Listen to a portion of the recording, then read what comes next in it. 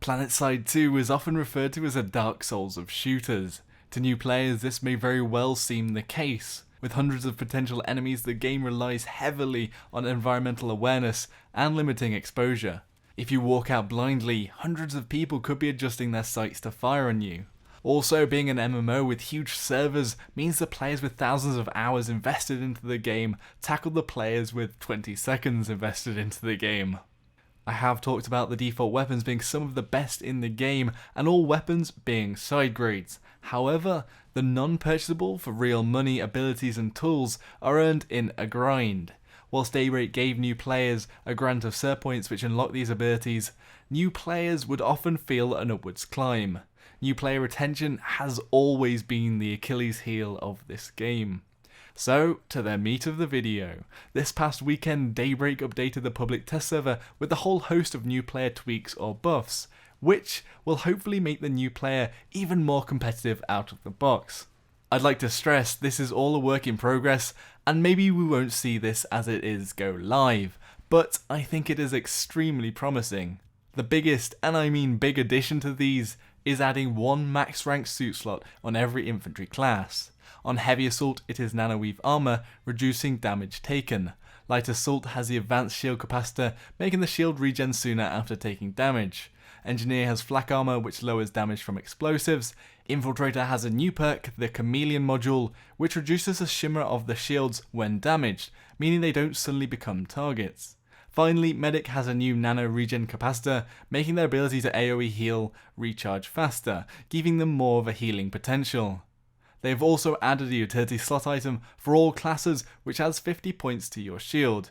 It isn't a big buff, with infantry shields being 500 and 400 in Infiltrator. It is, however, an interesting offset to the Medikits and C4 passively buffing newer players who have not yet sorted these out. All of these mean that newer players will be on a much greater equal footing from the get-go, and like the default weapons and purchasable ones with certs or money, we will now have a more even playing field, where advancing is more about specialising rather than being able to compete. They've also given each class 2 loadouts which complement the roles of the classes. For example, an anti-vehicle heavy assault class with a munitions pouch for extra rocket ammunition to take out tanks. I think these will help a newer player who's just hopped into game and just wants things to be as easy as possible to pick a role for a situation. Daybreak has also raised the lowest level of jump jets whilst also lowering subsequent ranks, which was sorely needed due to how weak jetpacks were as a new light assault, which I have commented on many occasions. Another valuable buff is a complimentary 1x reflex sight on every non-sniper primary weapon. Whilst I don't think the iron sights are terrible, I do find they obscure the sights a little, and having a cleaner reflex sight is just a nice touch for newer players. The starter carbines also now have a laser sight equipped, which will give them more potential in closer ranges, and being that they are fairly easy to control, means that they are still competitive at medium ranges without a forward grip. The assault rifles and light machine guns have all gotten a forward grip, which will be especially helpful for the NC with the default heavy assault weapon, the Gore Saw, which is a bit of a booking bronco.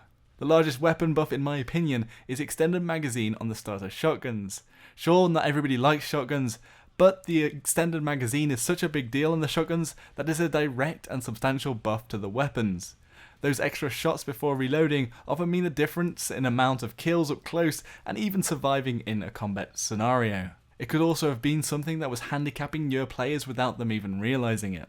When addressing sniper rifles, the team has looked to buff the semi-automatic snipers, the 99 SV, TR and Spectre VS variants. They have also added a ballistics computer which removes sniper scope sway, meaning that sustained fire is much more valuable now. The recoil recovery rate has been tweaked, and I'm not 100% sure whether it is a buff or a nerf. Compared to PTS and live, it really does seem negligible.